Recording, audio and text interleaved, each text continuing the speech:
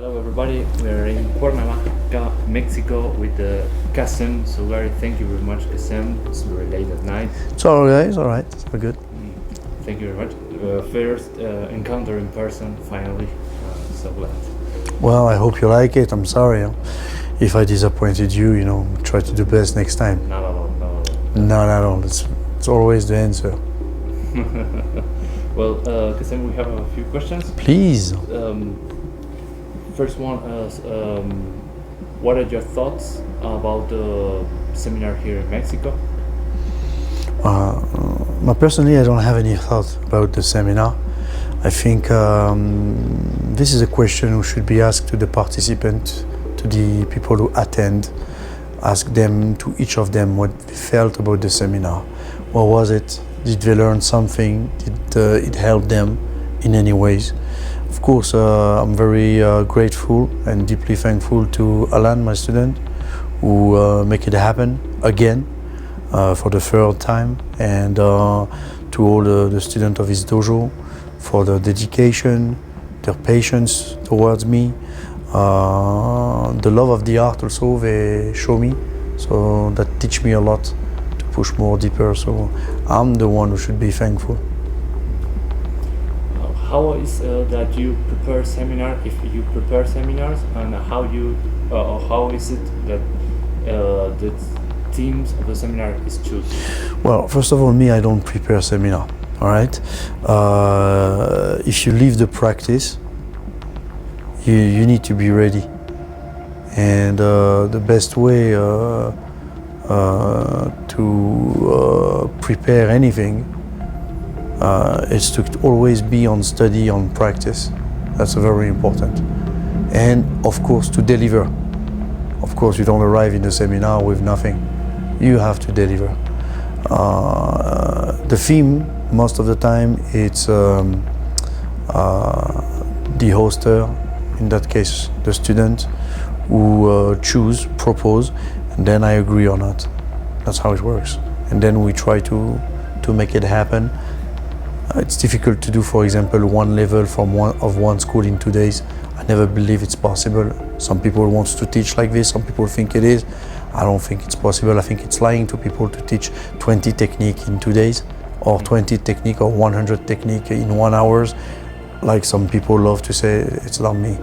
I didn't learn like this from Shizuka Sensei, and apparently Shizuka Sensei didn't learn like this from Hatsumi Sensei. So what is important here again, it's that the people who come to the seminar are happy, are satisfied, find a direction, an orientation, and who knows, maybe something that allows them to be better. That's at least my wish and what I do. Have you observed differences and resemblances between the practitioners here in Mexico or Latin America with students from all another parts of the world? Well, there is always a cultural differences, right? But I try to see the human behind that. Of course, if you ask me a country where I went before Mexico and where I used to go since 20 years, there is difference in case of the technique or something like that. But let's say I'm very touched by the thirst for learn and thirst for knowledge. And this is good. This is refreshing to have people like that. How is it the seminar is organized for first time in a country, and what's the difference with seminars when you go often or have been very few times? Well, I don't do seminar that easy, and it's very difficult to invite me or to have me. Most of the time, the one who's gonna invite me, we need first to have a relationship. We need to base on trust and based mainly on honest way of practice. I end up relationship for different reasons, but most of the time I stay with the person if he's steady, honest, and keep on practice. So it doesn't happen in 2 days.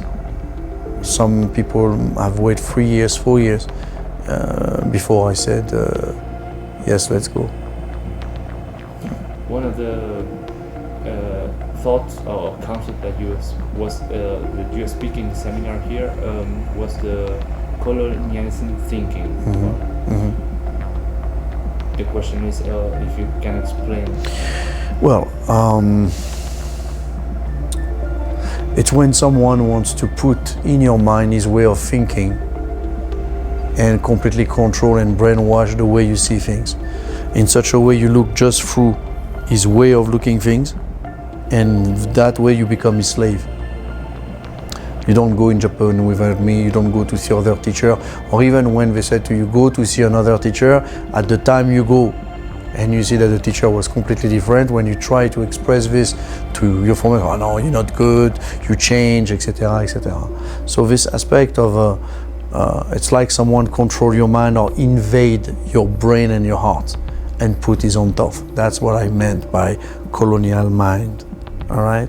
It's important for every country to develop the right, correct, ponderate, measured, critical mind.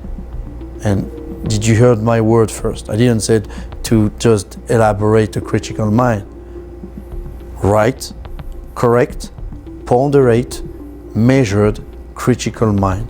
Critique what is logic to not forget all the context, the difficulties of a technique, how it born, is it logic, why does he teach like that, why when he teach me he doesn't work against other style, why he talk like that and then he does this, etc., etc. It's important to develop this, to develop also the sense of observation, and mainly have a quest of meaning. Why practicing something that doesn't work? Why doing things that have no meaning? Why staying in a group where there is no intellectual growth, physical growth, and at least a mutual benefit in case of human being? Why?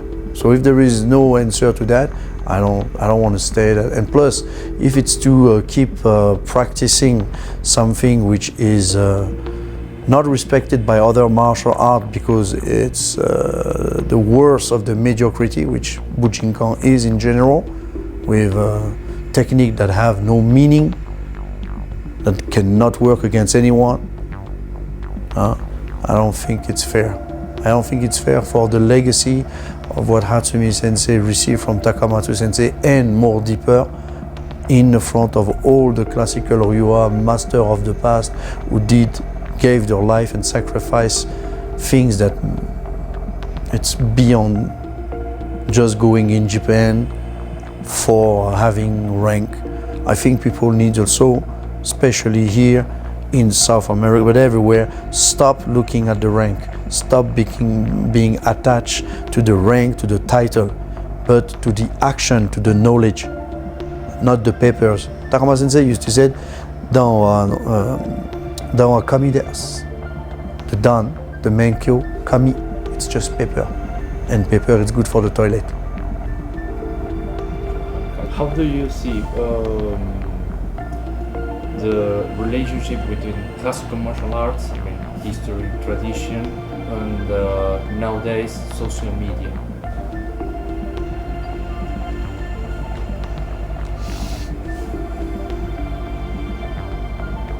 If it benefits, it can be for benefit for the traditional martial arts and social media, or it can be...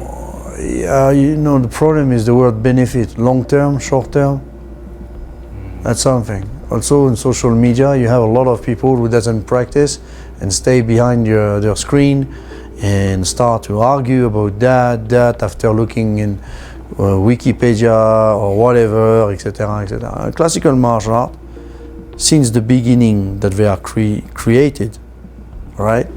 It's based on a relationship with the reality. The reality. What is the reality? The reality hurts.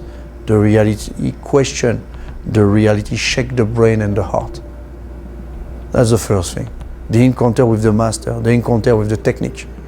Maybe you won't like him. I mean, it's very easy to judge behind the screen. And a lot of people are so much judgmental that they forget what it is to study and to practice. I'm not talking study just by scrolling here and there. So I think social media have, it's of course, it's part of the era, it's part of the period where we live. I'm not born in that era, I'm not from that area. I don't use it. I don't have Instagram, I don't have Facebook page, I don't have this.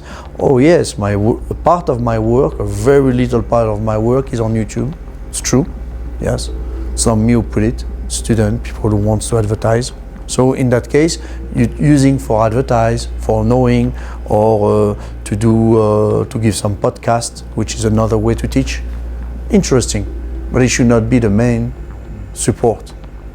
The main support should be always the reality, which means being with the people, practicing and looking, then using social media for what it is, social and media.